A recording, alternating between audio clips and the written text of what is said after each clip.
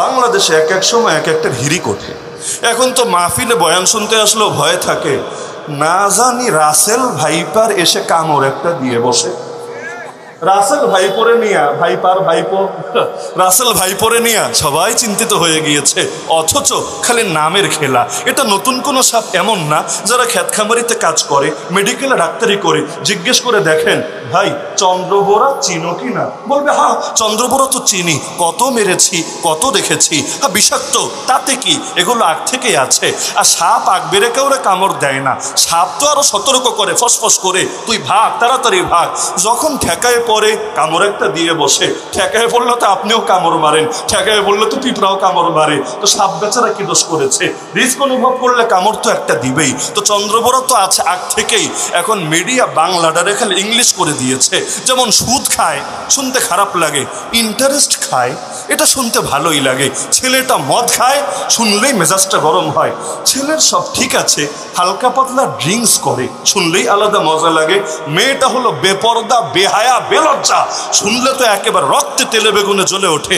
মেয়েটা ultra modern, মেয়েটা একটু সুশীল, মেয়েটা একটু উন্নত মনা, সুশীল, প্রগতিশীল ইত্যাদি বললে আলাদা একটা ফিল আসে।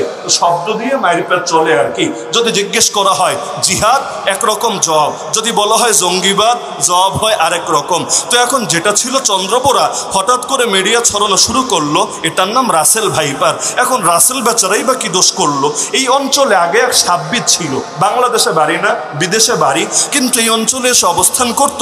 সে একটা সাপ নিয়ে বই লিখেছিল। ওই বইয়ের মধ্যে চন্দ্রবোরা সাপ নিয়ে কিছু কথাবার্তা লিখেছিল।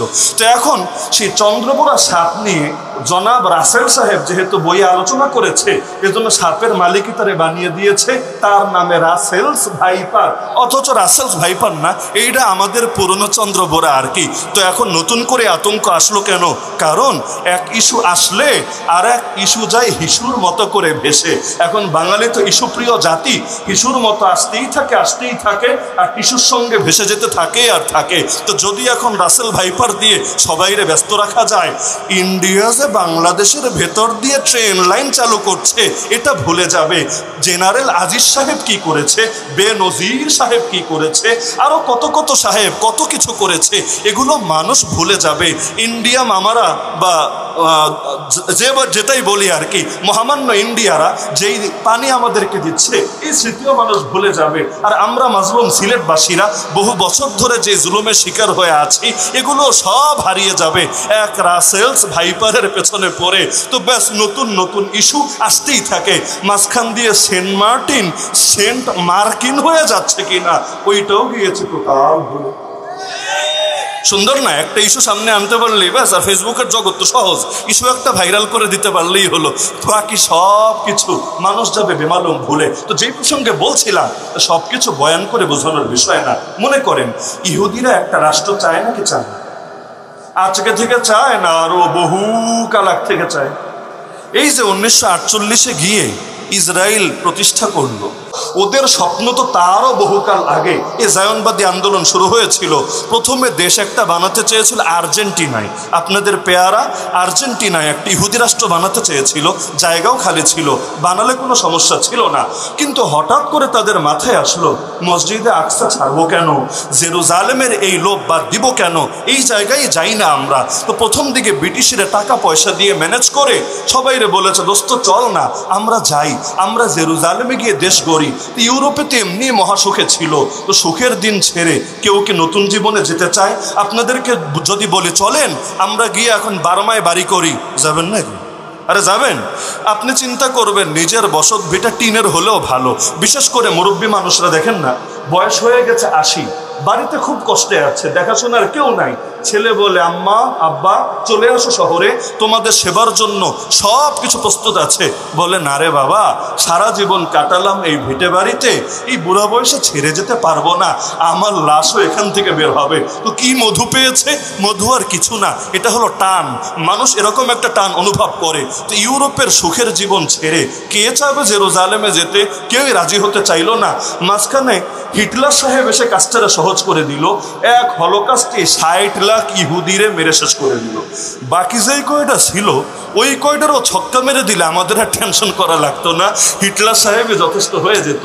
কিন্তু হিটলার 60 লাখরে যে মেরেছে সারা দুনিয়া গালি দিচ্ছিল, আরে অ্যাডলফ হিটলার কামটা কি করলো, কিন্তু কামটা যে ঠিক করেছে না ভুল করেছে এটা যাতে দুনিয়ার মানুষ বুঝতে পারে, এই জন্য বরবাদে গুলিস্তাকে নিয়ে কুছ হি উল্লু কাফি হয়, কিছু উল্লু বাকি রয়ে গেছে। ওই উল্লুরা আমাদেরকে এখন বুঝিয়ে দিচ্ছে হিটলার মহোদয় যা করেছে ভালোই করেছে, আরেকটা হলোকাস্ট যদি হতো হয়তো খুব একটা খারাপ হতো।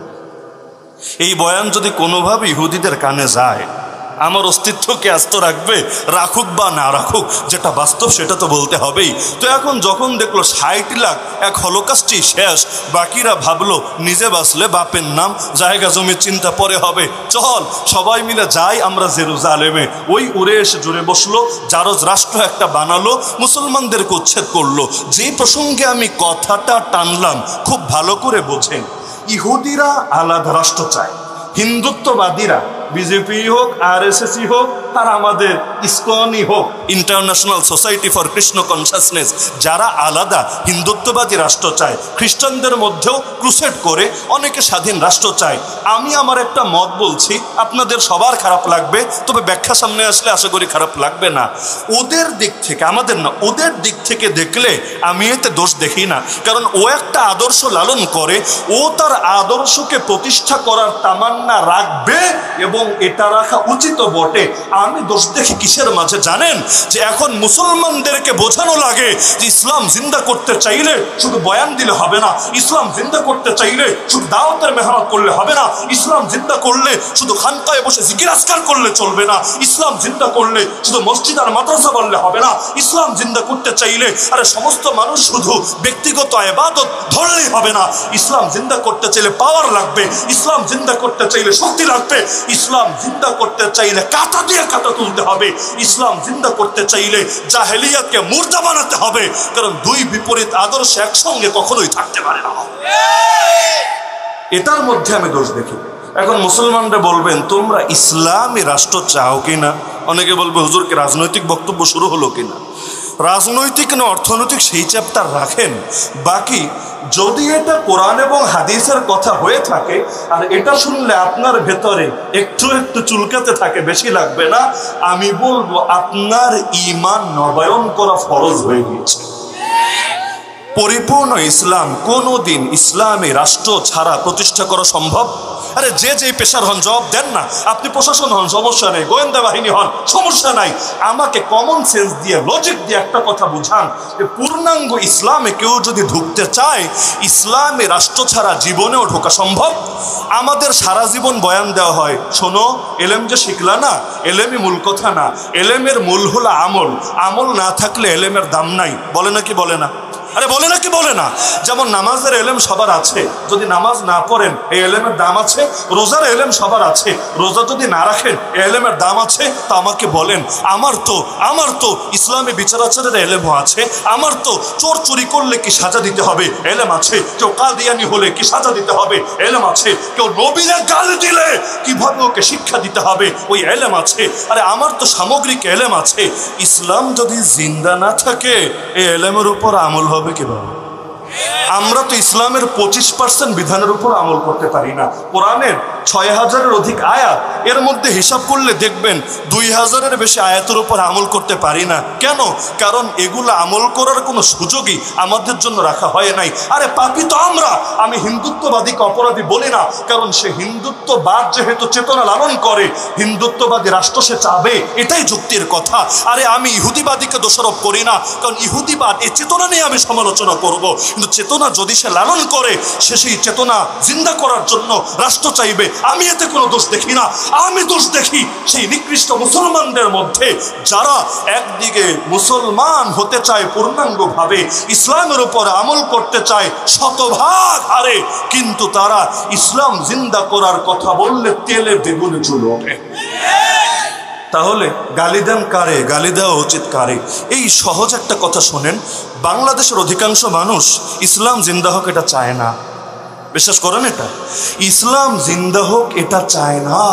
এমনকি কেউ যদি এই কথাটা বলে তারেও ভাল লাগে না, কারণ হাজার হাজার বছর ধরে গোলামি করছি। বললাম না আমাদের অতীত ইতিহাসই তো গোলামির ইতিহাস। এটা আমি বলেছি তা না, সেকুলার ইতিহাসও যারা লেখে ওরাও একই কথা বলে। এতকালের গোলামির ঘুম সহজে ভাঙতে চায় না, কিন্তু দারুল উলুম দেওবন্দ প্রতিষ্ঠিতই হয়েছিল এই ঘুমকে ভাঙানোর জন্য। আমাদের আকাবিররা জিহাদের ময়দানে নেমেছিলেন কেন জানেন? আল্লাহর কসম, সেকুলারিজম প্রতিষ্ঠার জন্য না, কংগ্রেসকে ক্ষমতায় বসানোর জন্য না, অথবা শুধুমাত্র ব্রিটিশের কয়েকটা সৈনিককে দেশ থেকে তাড়ানোর জন্য না। তারা জিহাদে নেমেছিলেন আল্লাহর জমিনে ইসলাম প্রতিষ্ঠিত করার জন্য।